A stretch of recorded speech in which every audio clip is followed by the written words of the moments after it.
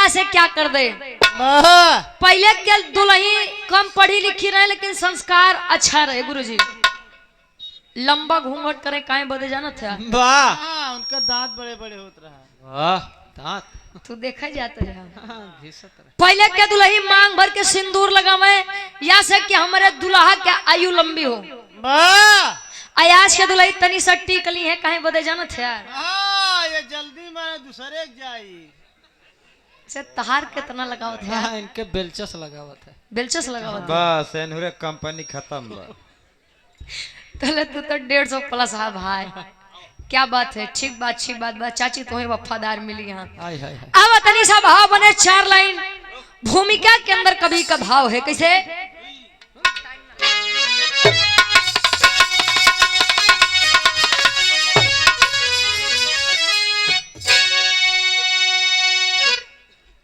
गरिमा सतियों की गर्दिश में जब जब फंसी अरे विधान बिरंज का डगमगाने लगा।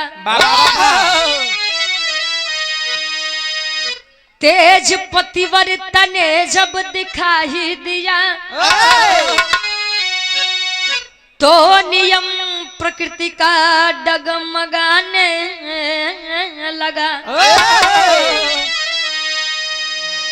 अनसुईया की बहन जाल पाजी रही अरे दोनों सतियों की जब भी सगाई हुई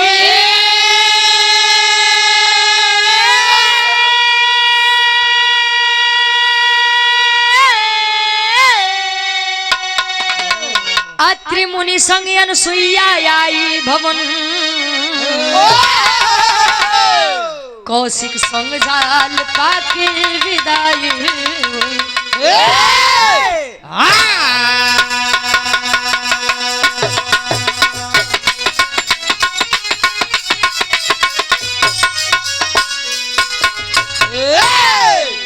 कहे अनसुईया की बहन जाल पाजी रही दोनों सतियों की जब की सगाई हुई अत्रि मुनि संग अनसुईया आई भवन और कौशिक संग जाल्यपा की विदाई हुई। अत्रि मुनि के साथ अनसुईया जी की शादी और कौशिक मुनि के साथ जालपा जी की शादी हुई। अच्छा दोनों सती अपने अपने ससुराल लाई। अत्रि मुनि संग के साथ अनसुईया जी की जिंदगी बड़े अच्छे से बीतत बा लेकिन जालपा जी के जिंदगी में एक मुसीबत घेरत बा। कौन मुसीबत बा। कवि जी एक लाइन गजल के भाव देते हैं। कोनो लड़की अपने बेवफा आशिक बदे कहे का कहे।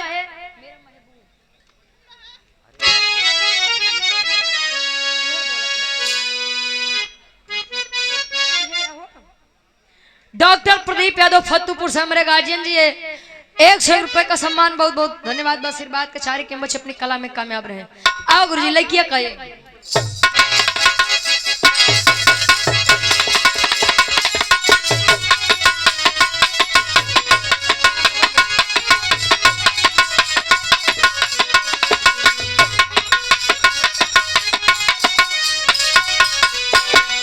लड़की कहे अरे तो मेरा महबूब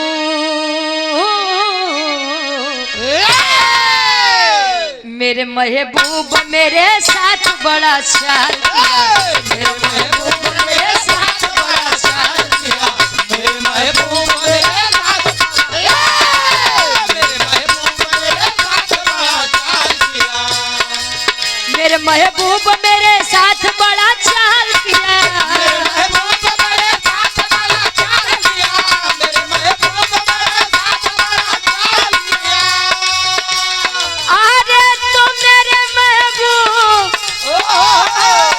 मेरे साथ बड़ा चाल किया प्यार मांगा था। क्या मांगा था। प्यार मांगा था झोली में गम को डाल दिया। प्यार मांगा था झोली में गम को डाल दिया। प्यार मांगा था झोली में प्यार मांगा था झोली में गम को डाल दिया। कहे मेरा महबूब मेरे साथ बड़ा चाल किया और प्यार मांगा था झोली में गम को डाल दिया। ये जमाना ऐसा बाजे करे ऊपर भरोसा करबा वही मुड़ी काटी। आप लोग बाहर से सुनबे भैया ना कि अपन दोस्त के बाद दुश्मन के बाद तो वैसे से में जिंदगी में बा जो करे ऊपर विश्वास करबा। अच्छा एक बात बा सत्यम भैया उ तो राम जी बड़ा बढ़िया करें कि अपने साथे भालू बंदर लेके गए रहे ने नहीं तब मनई इतना फितरती होत सोने का चीज देखत है तो पिघल जात है और सोने का लंका देखत तब कहते हैं रावण जी का झूठे परेशान होते हैं तनी के हम कुछ दे दे राम जी के मुड़ी हम देख दबा देबे। ये मनई के फितरत बा सब जानत है। आज के समय में सही बात है हार में हार बा भाई। सोना चांदी के जवन रेट बा कि अगर एक हार बनवावे जब 4-5 लाख रुपया गरीब घरे के आदमी बनोबे न करिए काहे भाई जाला नॉर्मली शादी होई गया। नाव ना ले ले बा। ओम प्रकाश यादव जी पूजे चाचा जी हमरे फत्तूपुर से 200 रुपए का सम्मान और अपना म्यूजिक प्रयागराज के डायरेक्टर साहब मलिका साहब पूजे हमारे गार्जियन जी आप महेंद्र यादव दादा हमारे क्या बात उर्फ दादा नहीं सत्यम भैया महेंद्र यादव दादा हमारे बादा से आए हैं। उनका टाइटल नहीं बा उर्फ दादा उनका लोग प्यार से कहबे करथिन दादा। हाँ हो मत पद बा हमारे दादा के पद बा भाई। गार्जियन जी के द्वारा 100 रुपया आशीर्वाद के चारे ईश्वर करें। इनका यूट्यूब चैनल बा सीताराम बिरहा music Radha music club I अपना म्यूजिक प्रयागराज नमो रखे। हाँ हो आप लोग यूट्यूब पे सर्च किया है। धन्य सीताराम। आवा छोड़ा जाएगा आवा तनी सा भाव पे कवि जी लिखत है मेहरारू चाह ले तक का से का कह सकत है का करे।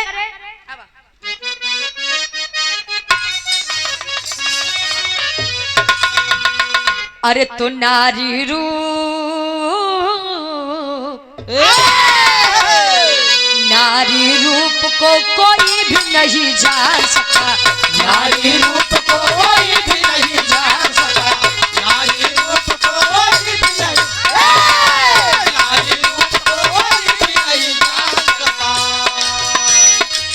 नारी रूप को कोई भी नहीं जान सका। नारी रूप को कोई भी नहीं जान सका। नारी रूप को कोई भी नहीं जान सका। नारी रूप को कोई भी नहीं जान सका। अरे तो नारी रूप को कोई भी नहीं जान सका जान सका। देवदानो महामानव न पहचान सका। देवदानो महामानव न पहचान सका। देवदानो महामानव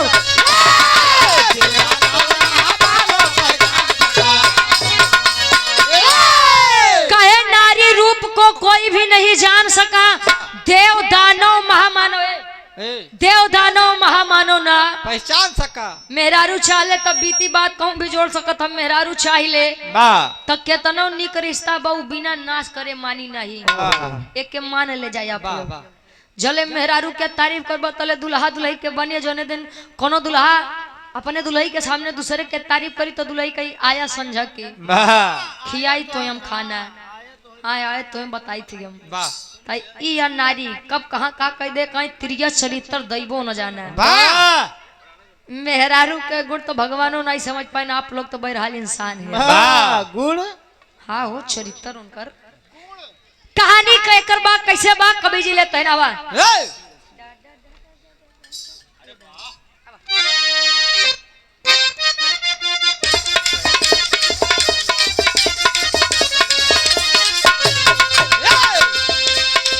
पति की सेवा से बढ़कर ना कोई पूजा है। पति की सेवा से बढ़कर ना कोई पूजा है।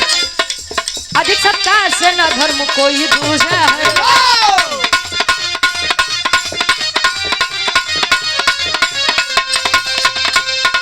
गई ससुराल जाल पा गजब संयोग हुआ। गई ससुराल जाल पा गजब संयोग हुआ। पति कौशिक मुनि को पुष्टि वाला रोग हुआ।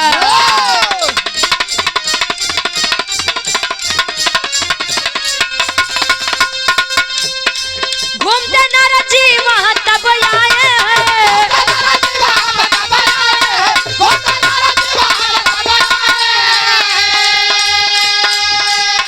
घूमते नारद जी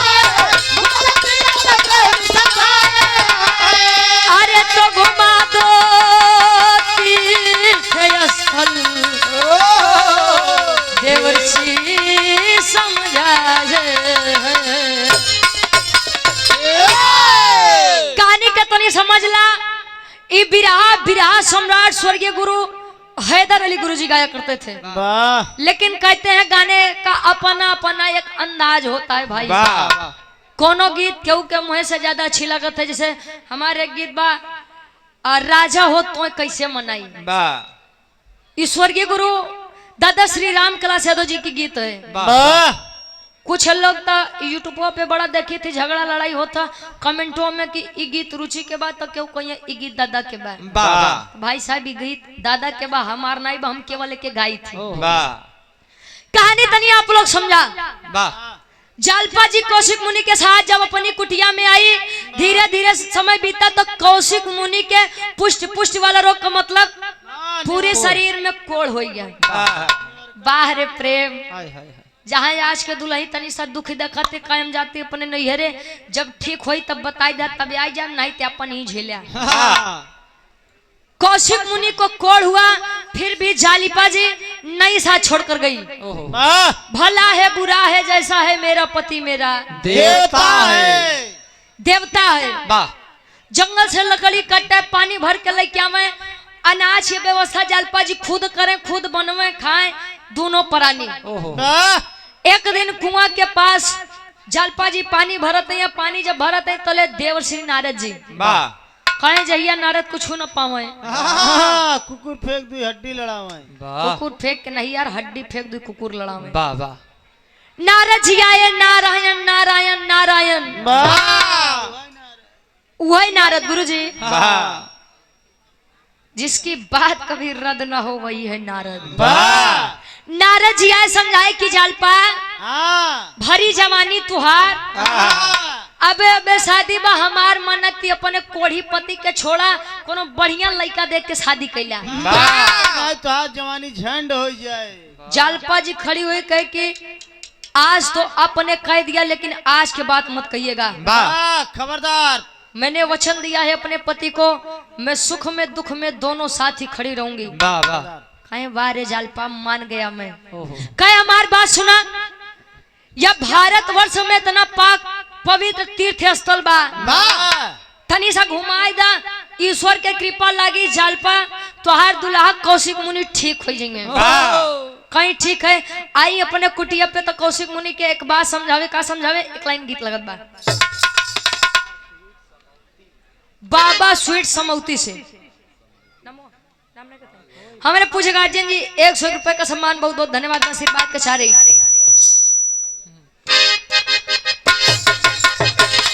बात है, ऐसे मकुल की पुरान बा। आवा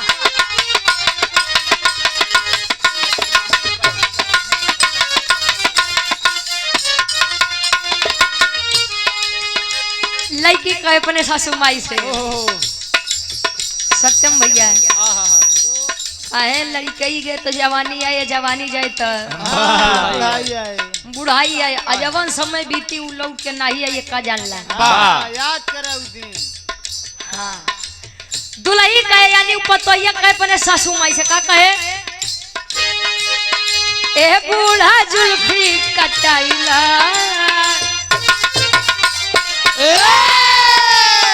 ए बूढ़ा जुल्फी कटाइला, अब ना यही है जवान, ए बूढ़ा जुल्फी कटाइला, अब ना यही है जवान, अरे ये बूढ़ा जुल्फी कटाइला, हमरा ये जवानी। कहे बूढ़ा जुल्फी कटाइला, अब ना यही है जवानी। चले दुल्हिया एक बात होते का कहे, प्रवेश कुमार भैया मेरे फतेहपुर से 100 रुपया, बहुत बहुत धन्यवाद, आशीर्वाद के चारी। कहे बालों जैसा बाल नहीं है सबका दिल करता है,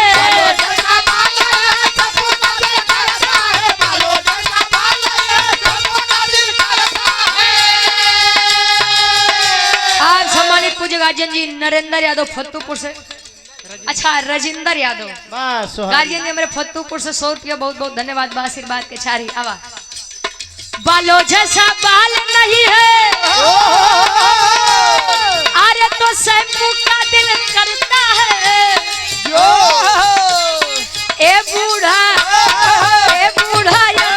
लगाइला,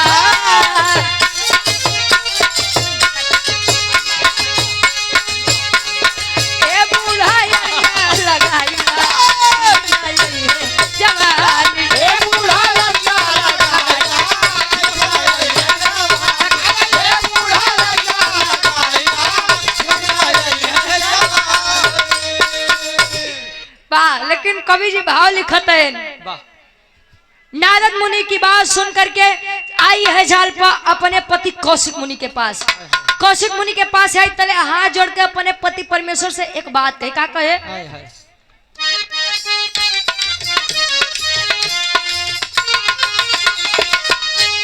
सुना स्वामी बतिया हमार हो,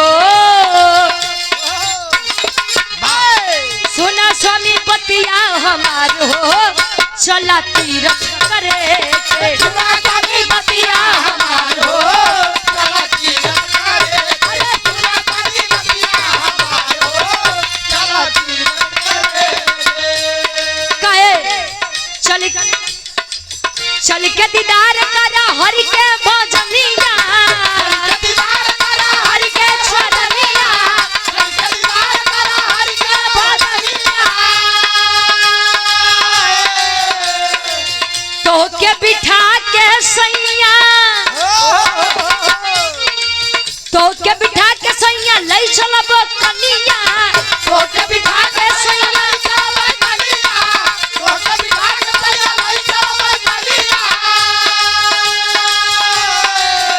अरे कठ जाई कोढ़ पार हो,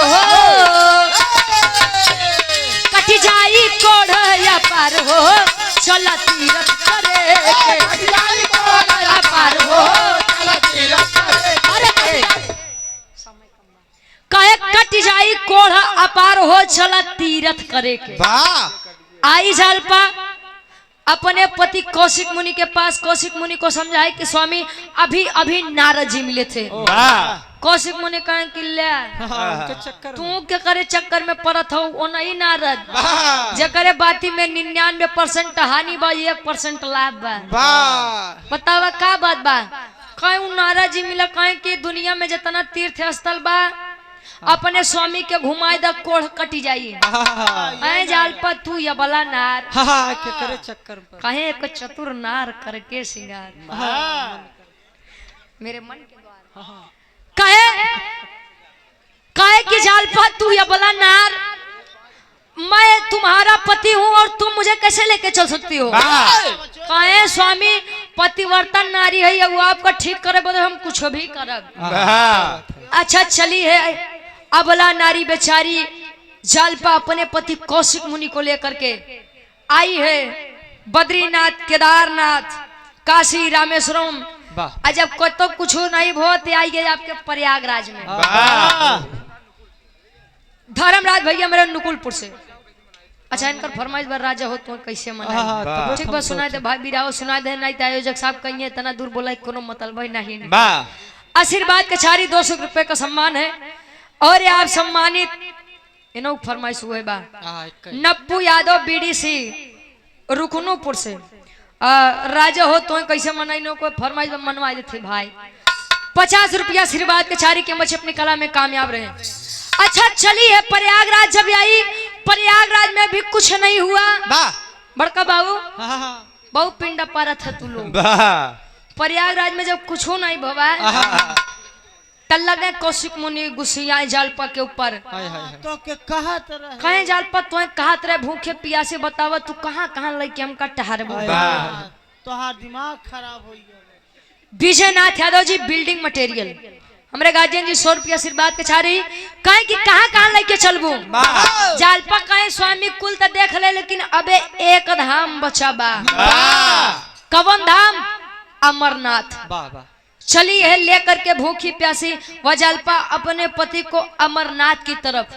अमरनाथ धाम में जब पहुंची तो गेट के बाहर दरवाजे के बाहर ही कहे स्वामी कोढ़े आदमी जहाँ जाता 150 ग्राम कोढ़े चुगावत है यार। जे तुम्हें देखत बा सबके घिन छूटत बा।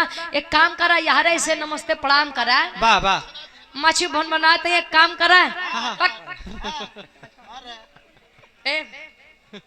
कहे एक काम करे यार ऐसे नमस्ते प्रणाम कह के जवान दिक्कत बा बतावा आओ चला। कौशिक मुनि कहें जालपा पागल हो गई हो?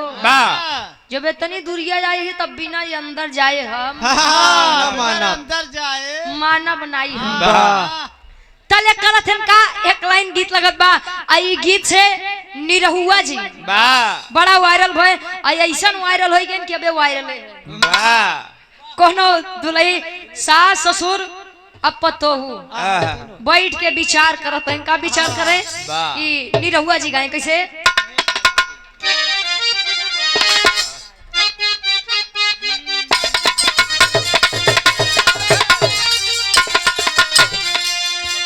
कहे बुढ़वा मलाई खाले बुढ़िया खाए लपस बुढ़वा मलाई खाले बुढ़िया खाए ना पके बुढ़वा मलाई खाले बुढ़िया खाए ना पके कहे बुढ़वा मलाई खाले बुढ़िया खाए लपसी काले दुलैया कहे हमारे जगह तो बम्बई कमा थे हमारे बेराइटी सुना केहू से काम न पतोहिया पिए के पस केहू से काम न पतोहिया पिए के पस बुढ़वा मलाई खाला बुढ़िया खाए लपस बुढ़वा मलाई खाले बुढ़िया खाए ना पके बुढ़वा मलाई खाले बुढ़िया खाए ना पके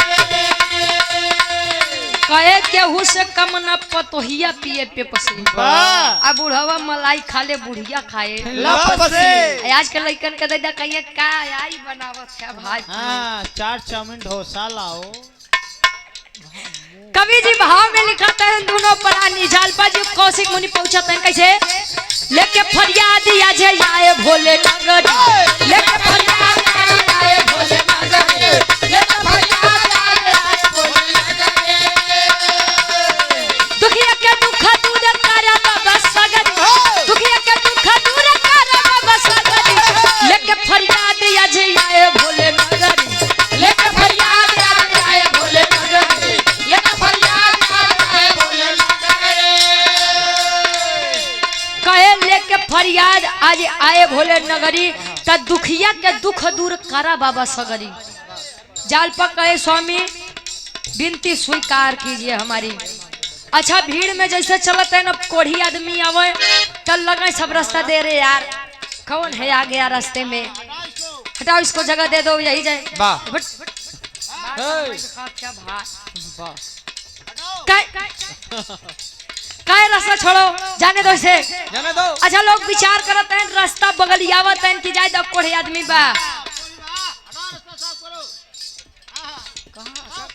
तो शराब दे दे ने भसम हो जाबे हां विश्वकर्मा जी ढेर बौरा अच्छा सबको बगलियावत है तले यार सब भगवान भोलेनाथ अपन बाघंबर पहने देखत हैं कि मेला में कुछ ऊंच नीच त नहीं होत बा ऊंच नीच नहीं जनता का तू का अच्छा एक बात हमारे नहीं समझ में आवा भाई मंदिर के बाहर लिखा जाएगा कि ये अपने सामान की रक्षा स्वयं करें वाह सुरक्षा स्वयं करें ऐसी लिख हम तुम्हें बता ही नहीं पाऊँ हाँ।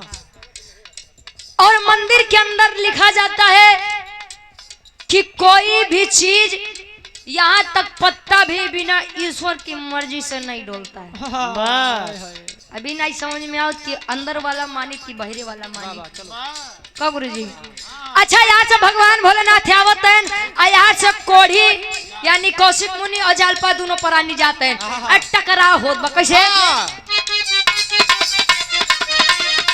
भिड़िया या पार नहीं रही या सुझाल भिड़िया या पार नहीं रही या सुझाल भिड़िया या पार नहीं रही या सुझाल और यार शंभुनाथ यादव भैया मेरे बीडीसी रुकुनपुर से 100 की आशीर्वाद के चारी कहे कोरिया के देख लोग दूर भागी जाल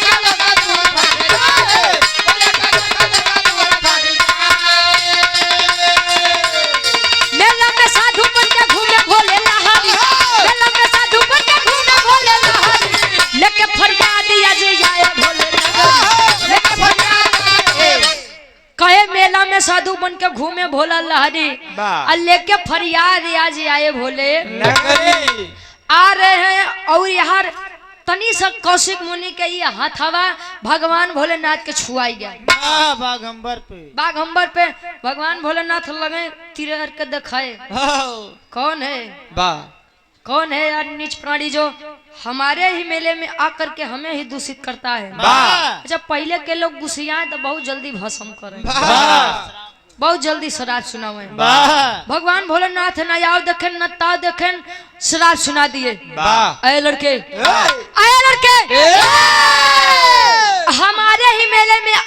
आके हमको दूषित करता है, वाह जा हम तुझे श्राप देते हैं। वाह जैसे ही सूर्य अस्त होई वैसे ही ते ये जिंदगी यानी ये दुनिया छोड़ के चल देबे। तले उ कौशिक मुनि अजालपा जी लगे भगवान भोलेनाथ के आगे मस्तक टेक के रोवे लगे। कैसे रोवे? तेरी के भाव बा।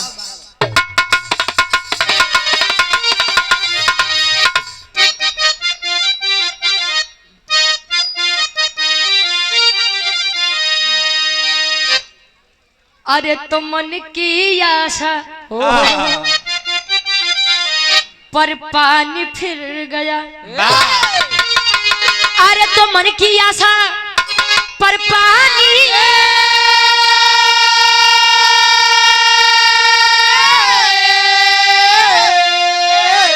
अरे तो मन की आशा पर पानी फिर गया। बैरी बना कुआं है डाही बना है प्यासा।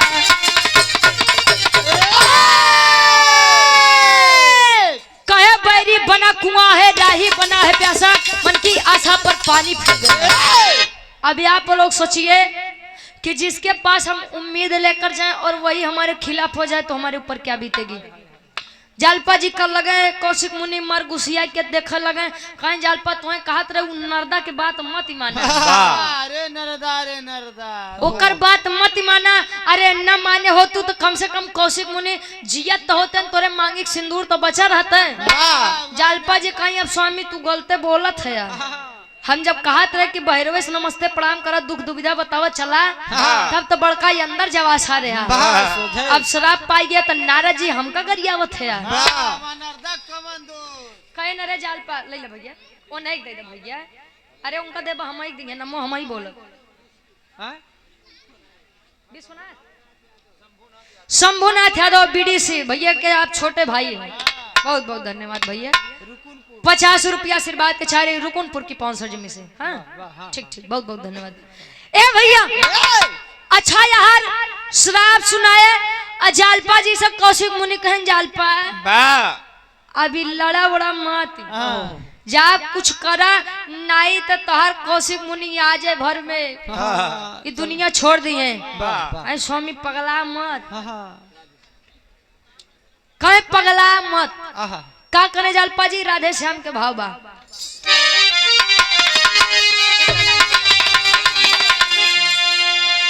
अरे कुपित हो गए शिव शंकर फिर से अब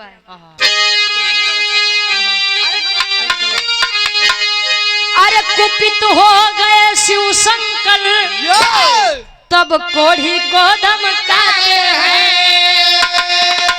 तब कोढ़ी को धमकाते हैं तो सूर्यास्त के बाद मरेगा शिव जी श्राप सुनाते हैं।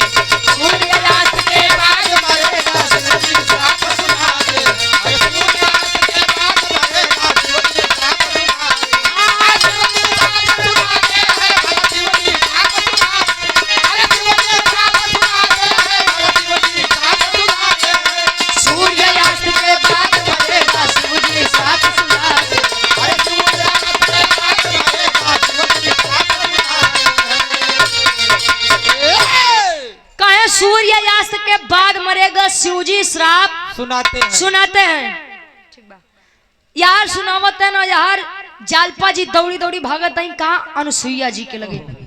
अरे 100 रुपए राम राज यादव पूजा हमारे गार्जियन जी फतुपुर से 100 रुपया बहुत बहुत धन्यवाद बा आशीर्वाद के चाह रही कहे हो जाता है उलट फेर। रजनीश प्रधान जी हमारे मोकलपुर से प्रधान जी के द्वारा 200 रुपए का सम्मान बहुत बहुत धन्यवाद। और ये आप बुल्लू यादव नथनपुर कबूलपुर लड़की के फूफा जी गार्जियन जी के द्वारा 200 रुपए का सम्मान इस भाव का। गंगेश ग्रुप बस्ती वाले हमारे पूछे गार्जियन जी अच्छा जेसीबी वाले ठीक ठीक हमारे गार्जियन जी 100 रुपया आशीर्वाद के चारी कहे अनुसुईया जी के पास आई। जब अनुसुईया जी के पास आई तो लगे भैरवे से बिलाव करे दीदी कहाँ हूँ कहाँ हूँ। अनुसुईया जी निकली क्या हुआ कहे रो रही हो सब कुशल मंगल तो है ना कहे कुशल मंगल हो तो दीदी क्या करे आप लगे आई। मतलब कहीं सुना हमार बात सुनावे का।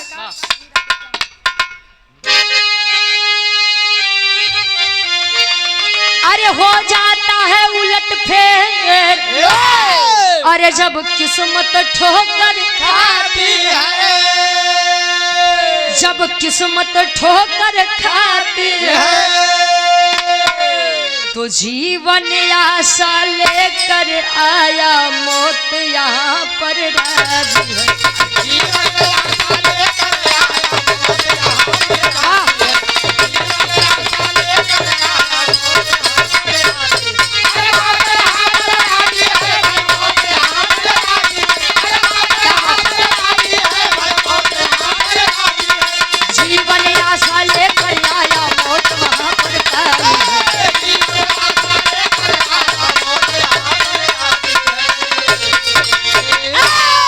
कहे जीवन आशा लेकर आया मौत वहां पर पाई है। बतावे दीदी, जय मेरे पति मेरे परमेश्वर को कोढ़ हो गया था। मैं अपना प्रत्येक दिन की तरह कार्य कर रही थी। नारद जी आए, उन्होंने कहा कि जितना तीर्थ स्थल है घुमा दीजिए, आपके पति ठीक हो जाएंगे। वाह मैं लेकर गई, कहीं कुछ नहीं हुआ।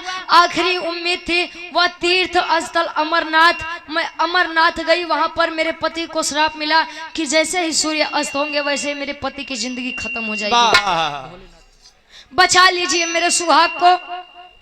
अभी तो मैंने अपने पति के साथ जिंदगी जीना शुरू किया था और मेरे पति की जिंदगी एक छोटी सी गलती की वजह से छीनी जा रही है दीदी। वाह अच्छा जब इतनी बती अनुसुईया जी सुने, काहे काहे परेशान हो रही हो। अबे तोहार दीदी जियत हई, अजले हम जियत हई तले हमरे बहनों के कुछ हो जाई, हो ही नहीं सका। आप जाइए, कौशिक मुनि जी का ख्याल रखिए। बाकी बीच में रोड़ा ये सूरज जी हैं, हम सूरज के नहीं उगे दे, हम सूरज के नहीं उगे दे। हाँ जान ली है, कहीं दवाई दे रख के जान ला। अच्छा चलिए, अनुसुईया माई आई, पर्वत पर एक अंगूठे पर खड़ी हो गई, सुमिरन कर रही हैं सूर्य देवता का। अंगूठा टेक के सूर्य देवता का आवाहन कर रही है। सूर्य देवता प्रकट हुए, कहे मातारी कहाँ बड़ा दिन बाद याद की हो। आई हो रामपति यादव जी गोनी की 65 जमी से 100 रुपया, बहुत बहुत धन्यवाद। बात सूर्य देवता प्रकट हुए, अनुसुईया जी से पूछे कि का बात बमाई, कोनो बात बका। ए माई बताव कौन बड़ा दिना से हमका याद करत हो, बड़ा बेरिया से याद करत हो, कहे सुनिए मेरी बात। का कहे एक लाइन गीत लगत बा स्वर्गीय गुरु रामदेव गुरु जी वाली।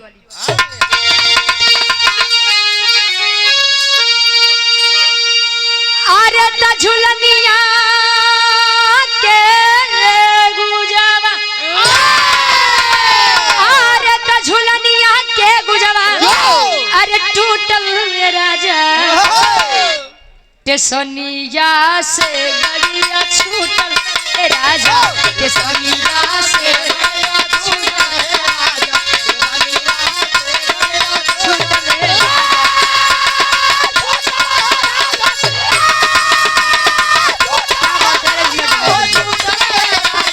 जवनिया से गड़िया छूटल राजा, जवनिया से गड़िया छूटल। सूर्य देवता जब आगे आए तले अनुसुईया माई एक बात कहे, का कहे,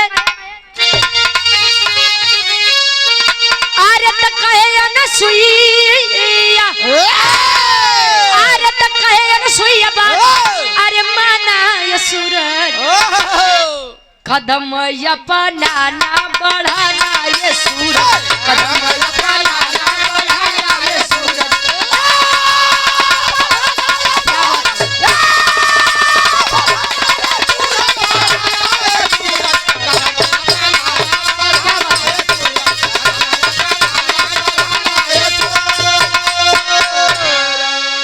बात नहीं कर देते ना भैया, तोहार पैसा तू ही के मुबारक।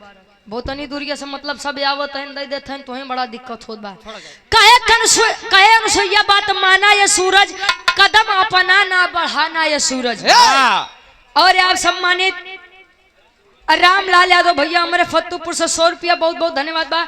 आशीर्वाद के चाह रही कि हम बच्चे अपनी कला में कामयाब रहे। वाह शंभुनाथ यादव बीडीसी साहब और 100 रुपया उनके आप भाई हैं। जले बिरहा होत बा तले कोनो फरमाइश नहीं हो, बिरहा हो जाए तब होई। वाह ए भैया आज ही बड़का बहू बिरहा में बहुत दिन बाद गावत है। वाह बहुत दिन हुई। बहुत दिन बाद 2025 में गाय रहे ठंडी में, आज फिर वही गावत है। हाय हाय कहे हाँ बेटा सूरज वाह कहे हाँ माते बोलिए। हाय हाय हाय।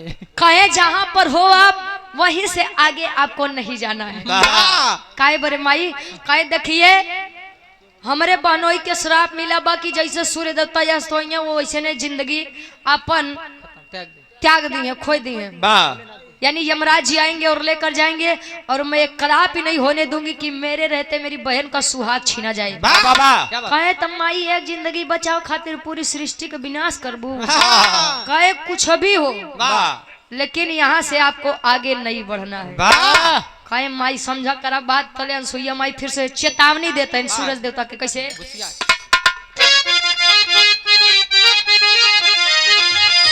अरे मन बन बात कर अब आगे तुझे तो तेजपति वरता के भस्म हो जईबा।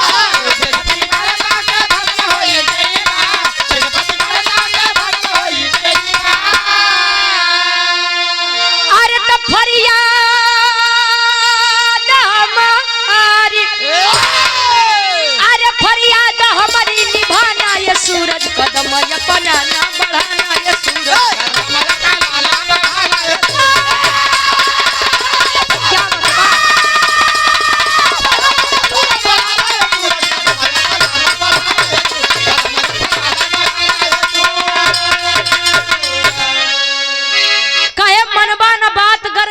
तुझैबा त तेज पतिव्रता के भस्म हो जइबा। कहे अगर यार से आगे बढ़िया हमार तेज पतिव्रता के लागी त न उगय लाय रहबा नहीं अस्तई होइले न अस्ते होय लायक रहबा।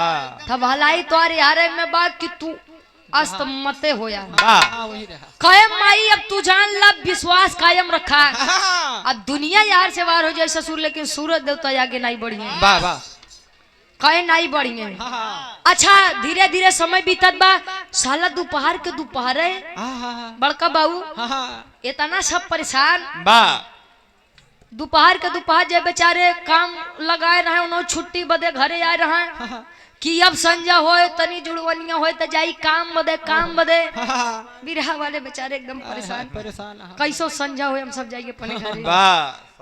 अच्छा यार धीरे धीरे पता लागत बात तीनों लोगों में हाहाकार मचने लगा कि ससुरी रात काहे नहीं होत बा।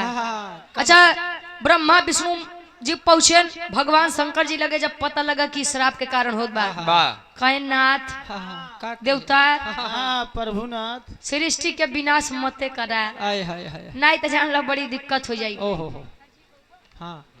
कहे मत कर नहीं तो सृष्टि के विनाश हो जाई। कहे मतलब कि तू श्राप सुनाए रहा कि सूर्य देवता अस्त हो तो कोढ़िया मर जाई तब से अब पृथ्वी पर रहते नहीं भाई। कई दिन ऐसे चली श्राप अपन वापस लेला। कहे देखा भाई श्राप वापस नहीं हुई एक काम करत श्राप वे उल्टा कह देते मतलब कहे सुनो बताते बिरहा के आखिरी तरज लगत बा। शिव कुमार यादव जी पूजा हमारे चाचा जी फतेहपुर से 100 रुपया बहुत बहुत धन्यवाद। कोनो तो लही पड़े सैया जी से कहे का कहे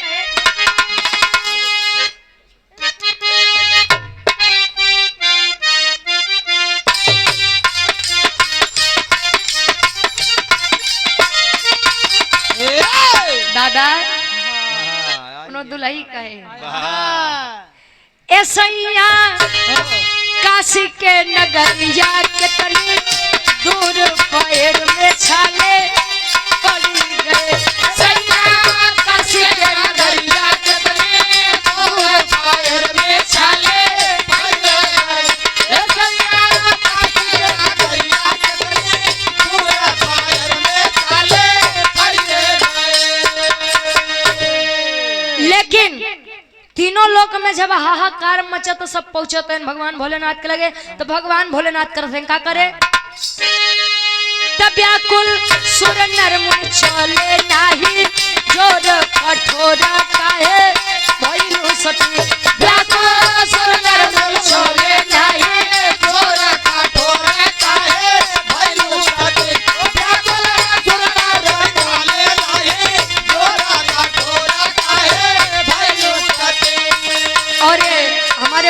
विशाल यादव जी बीडी से अजोसी की पावन सर्जन में से 100 रुपया बहुत बहुत धन्यवाद। भगवान भोलेनाथ ब्रह्मा विष्णु इंद्र देवता यानी जितना देवी देवता हैं सबके समझावत है रे मैं भोलेनाथ हूँ। ऊ मेरा रूहई के अपने आप में अगर अडिग रही तो हम वो अपने आप में अडिग रहा। ऊ कहे बना कि सूर्य देवता अस्त नहीं होंगे तो अब हम श्राप उल्टा करत है। कौन श्राप बा? तो दुनिया में भैया धीरतिया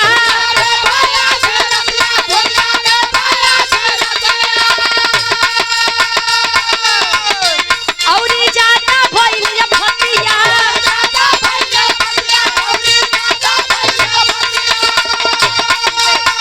तो दुनिया में भैया धीरतिया औरी जाता भइल फतिया तो पीछे छाती सब बहे आखी लोर कठोर काहे भइल सती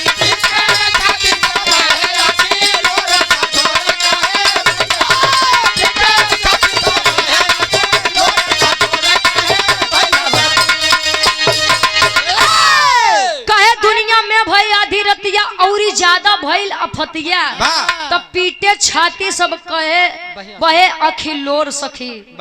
सती जी के पता चली कि अब श्राप जो नहीं रहे कि सूर्य देवता अस्त होंगे तब उमरी। अब श्राप बा कि जब तक सूर्य देवता अस्त रहेंगे वो टाइम तो निरंतर चलबे करी और वही टाइम पे कौशिक मुनि ये दुनिया छोड़ दी है। सूर्य देवता जब निकली है तब अब भाई रात तो नहीं होत बाकी तो टाइम वैसे नहीं चली ना गुरुजी। और यहाँ सम्मानित पूज्य हमारे गार्जियन जी आदरणीय आप कविंद्र नारायण यादव जी प्रधान जी हमारे पूज्य हमारे गार्जियन जी के द्वारा 500 रुपए का सम्मान बहुत बहुत धन्यवाद आशीर्वाद के चाह रहे हैं। श्राप पता चला सती अनुसुईया जी को फिर से गई सूर्य देवता के याद करत है। सूर्य देवता कहन कसमाई बड़ा दिन बाद याद की हूँ कहीं बेटवा जब अस्त हो जाए कहीं बेटा जब अस्त हो जाओ कहीं पागल होगल समझा काम आई मतलब कि अबे तक उगा रहा अब कहा अस्त हो जा रहे कोनो टाइम हो कि बस ऐसे ने होई। नक्कू यादव हमारे गार्जियन जी धर्मराज भैया के भाई हैं आप। ये 50 रुपए का सम्मान बहुत बहुत धन्यवाद बा। अच्छा रात हुई सूर्य देवता कहीं ठीक बा माई तुहार जहां बात बा हुआ सूर्य देवता के आगे खड़ा मिल गए। रात हुई तो ऐसा लगा कि आज कोनो त्योहार बा इतना दिन बाद रात भाई सब बढ़िया पूरी उड़ी बनाए खाएन पियन बिस्तर लगाए आज तो एकदम बढ़िया से सोवा जाई। का गुरुजी कहीं आज एकदम बढ़िया से सोवा जाई। अब भाई अरे वो सोवा में थी नहीं यार सोवा जाए मतलब अच्छा समय बीता 2 घंटा 4 घंटा 8 घंटा 10 घंटा 12 घंटा 14 घंटा 16 घंटा 18 घंटा 20 घंटा 22 घंटा 24 घंटा 26 28 30 बस यार 34 पहाड़ा तो नहीं पढ़ावत ही है। अच्छा धीरे धीरे जब समय बीता अब बेचारे उठ बैठ जा भाई के कितना देर सोई। अब सब हमारे मंजीत भैया जैसे थोड़ी होती। अच्छा उठ बैठे लाग कर यहाँ पिरावे रे साला ये क्या हो रहा है अभी तक रातें नहीं हो अब रात भर ससुरी तो दिने नहीं होत बा। फिर सब पहुंचे कस शंकर जी का के है उल्टो सीधा कैले अबे कुछ करवा सा है अबे कुछ करबा अरे मान गे भाई पतिव्रता नारी के आगे कुछ चली ओली नहीं कहे पति के मरल सती जनी है सतभतरी में हरिया का जानी। वाह क्या बात है जिया सही बात है। कहे पति के मरल सती जनी है सतभतरी में हरिया का जाने अब मर्दा के हाथ मर्दई था में कुकुरी और बिलरिया का जाने कबड़ कबड़ ठीक बा। ये लाइन हमको बड़ा ही अच्छा लागत गुरुजी। अच्छा यार पतिव्रता नारी का तेज लगा स्वयं शंकर जी को भी झुकना पड़ा सती अनुसुईया जी के सामने। अनुसुईया जी के सामने जब झुके आए मृत्युलोक में और आशीर्वाद सुनावते का सुनावे। अब देखा नारद जी यार खेला करते हैं कवन खेला बा पापट के भाव बा।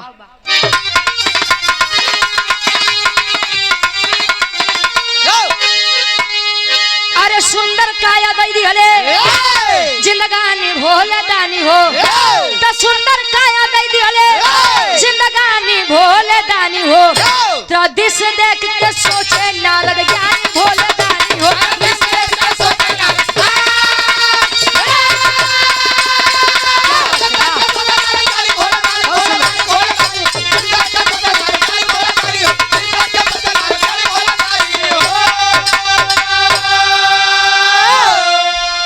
अनसुईया जैसे पतिव्रता अब कोई नहीं दिखाई हो तब ब्रह्मानी उमा लक्ष्मी के पास नारद जी गई ले आई हो अरे बतिया सुन के सोचे तीनों रानी भोले दानी हो तब पिया से अपने कहन लगी कहानी भोले दानी हो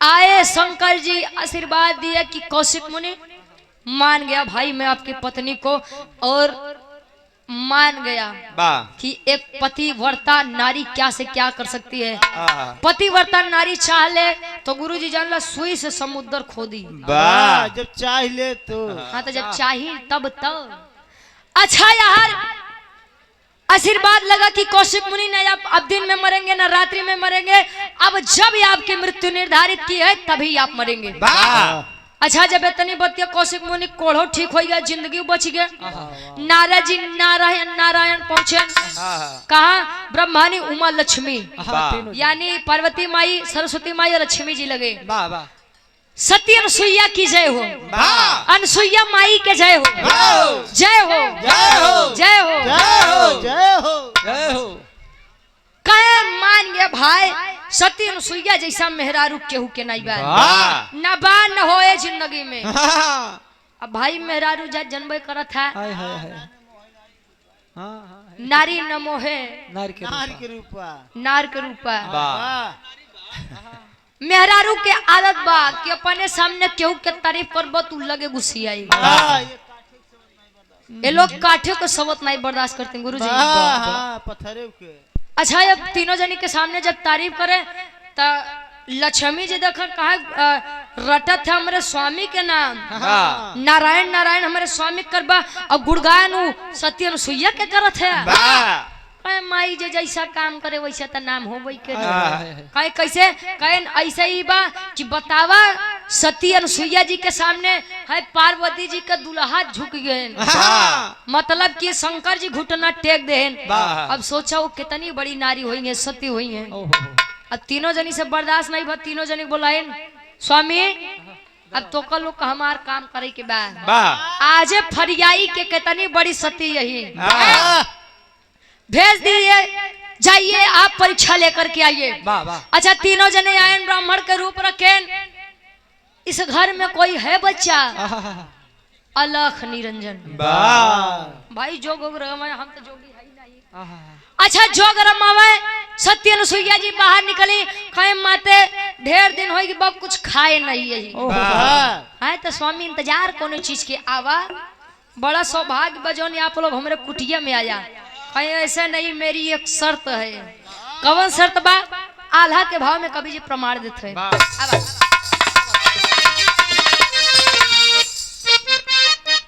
क्या बात है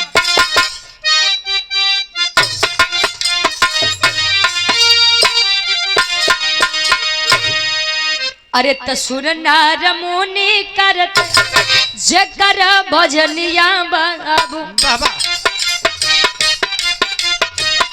अंतर्यामी प्रभु दुनिया के पालनहार अपने अपने घरवा से कैले प्रस्थानवा पंचो पहुँचे अनसुईया के कुटिया माझार खड़ा हो दुआरिया पे अलख जगावे पंचो भूखा ही कोई देता भोजन करा अनसुईया चित्र अत्रि मुनि बनवली बाबू रोई रोई सारा बात कैली जहां तीनों देव है चित्र बोला है बछनिया बाबू पनिया छिड़का के तू लड़ी का बना।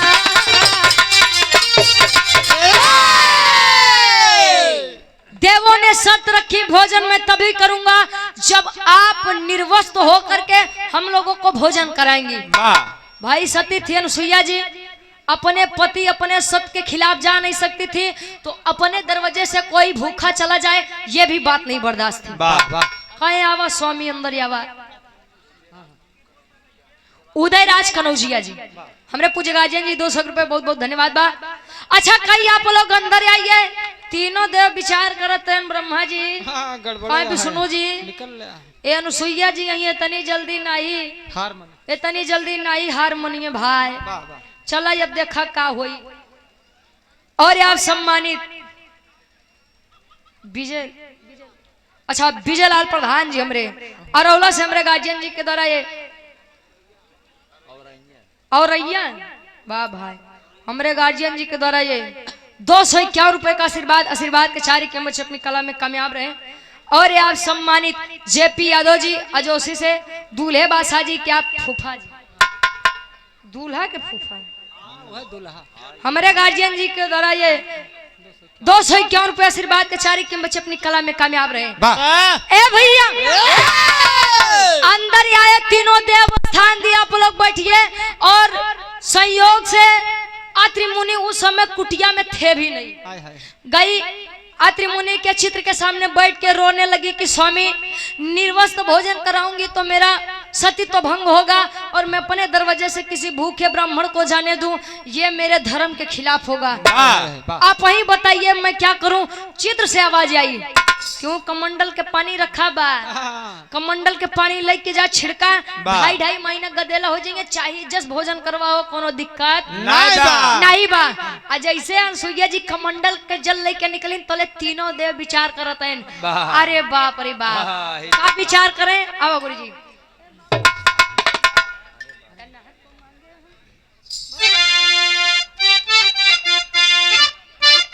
क्या बात है। कमंडल के जल जैसे लेके सती अनुसुईया जी निकली तने तीनों देव अपने मुड़े के ऊपर हाथ धरत है। कैसे, ए बाबू अरे बाप रे बाप, ए पंचो अरे बाप रे बाप, तना को मांगे हम भोजन, अरे बाप रे बाप मांगे हम भोजन।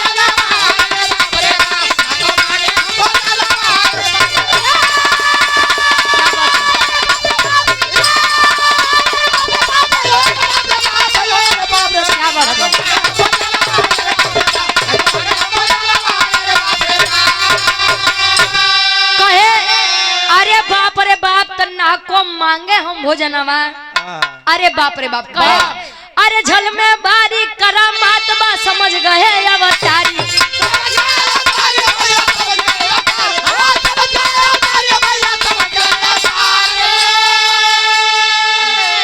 अरे त भोजन के अब इच्छा नहीं बा, अरे तया क्या करा मतारी, तजाब अब अपने भवनवा, अरे बाप रे बाप।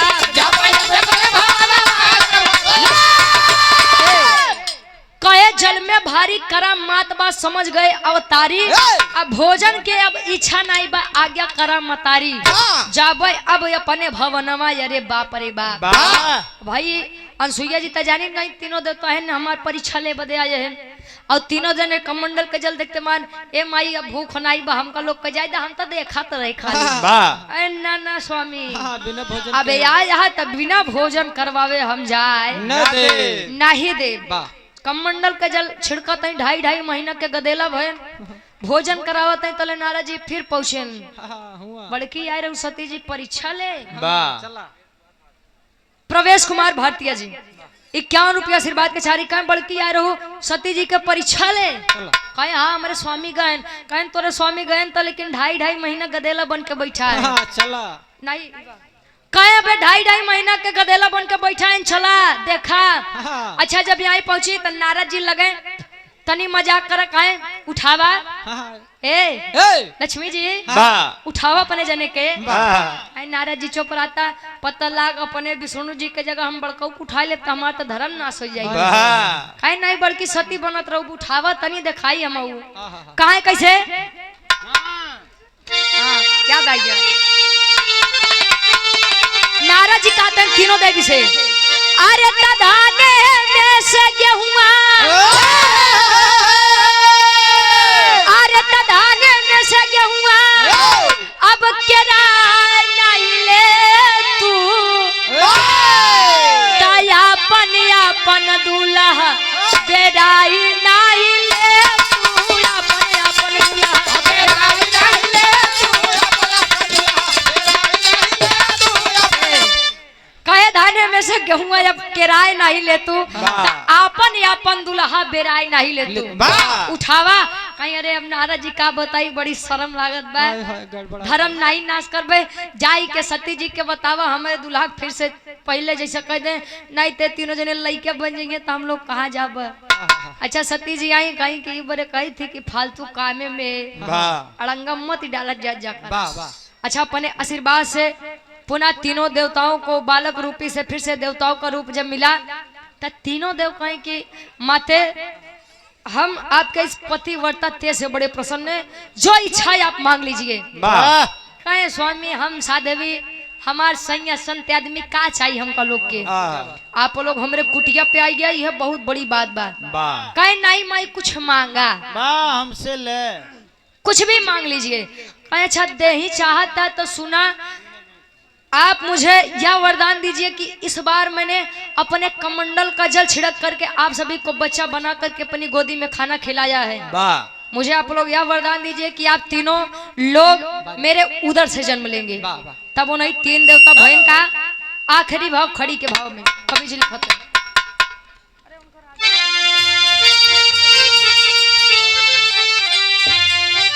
अरे तक कहे अनसुईया धन्य किस्मत अब हमारी हो गई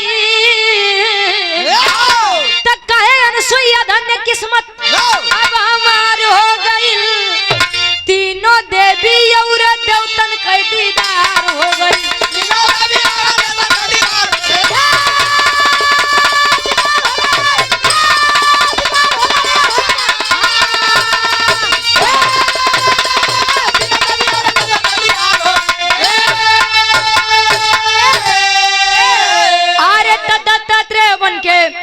ब्रह्मा जी अब ले हो तब भगवान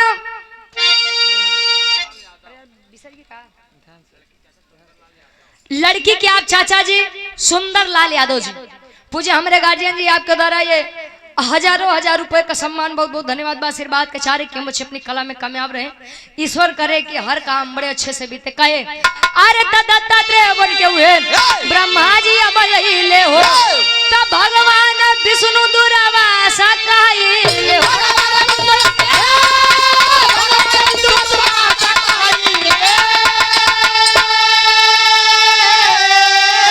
अरे तो चंद्रमा भाई विष्णु अब उजियार हो गई तीनों देवी और देवतन के दीदार हो कहे दत्तात्रेय बन के ब्रह्मा जी तब अले हो तो भगवान शंकर दुर्वासा कहले हो तो चंद्रमा भइले विष्णु अब उजियार हो गई वह चंद्रमा जी जकरे 6 रोग भरान गुरु जी जेके उ श्राप मिला रहे कि बड़ा घमंड बजा के खूबसूरती के 6 रोग का मतलब इंग्लिश में का कहते हैं टीबी हो हाँ वह चंद्रमा जी जकरे 27 मेहरारू रहे यानी दक्ष जी के 27 बिटिया बियाह कहिए गरीब अजय से रोहिणी नक्षत्र में भगवान कन्हैया जी जन्म लिए रहे रात्रि 12 बजे उधर से अनसुईया जी के उधर से जन्म हुआ मतलब कि आशीर्वाद के रूप से वरदान के रूप से दत्तात्रेय दुर्वासा ऋषि और चंद्रमा जी का हमारे विराह के शीर्षक रहे अनसुईया जी के सतीत्व और चंद्रमा दत्तात्रेय दुर्वासा जी के जन्म ई बड़े कहते कि मेहरारू चाहे तो कुछ भी कह सकते है लेकिन जब वो चाहे तब तो ये बड़े अगर एक बात बा मेहरारू अगर बेचारी सीधी बात तो के ढेर उकसाव मत करा जा क्या बात नहीं तो जान ले जितना बढ़िया से वकील साहब हरे बियाह करवावत थे। हाँ डिमोशन दिवा दी। डिमोशन नहीं यार, उतने बढ़िया तलाको हो जाई। अब मेहरारू जितना कह दे कि हमका इतना चाहिए इनके अब पगार में हमेशा हर महीना हमका आधी पगार चाहिए तो आधी पगार देबो कर जाबे। एक बार अगर जैसे बिया हो गया तो चला ले जा भाई, नहीं तो जान ला मेहरारू बड़ी खराब चीज। आखिरी में खन्नान का परिचय बा। गुरु बिहारी गुरु गणेश गुरु रामलाल हितकारी।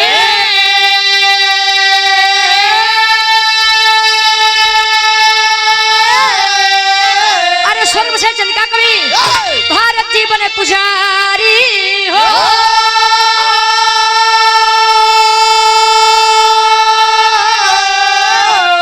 अरे तो मन की आशा पर पानी फिर गया, गावे रुचि अदो सतगुरु चरण अभिलाषा, उनकी आशा पर पानी फिर गया।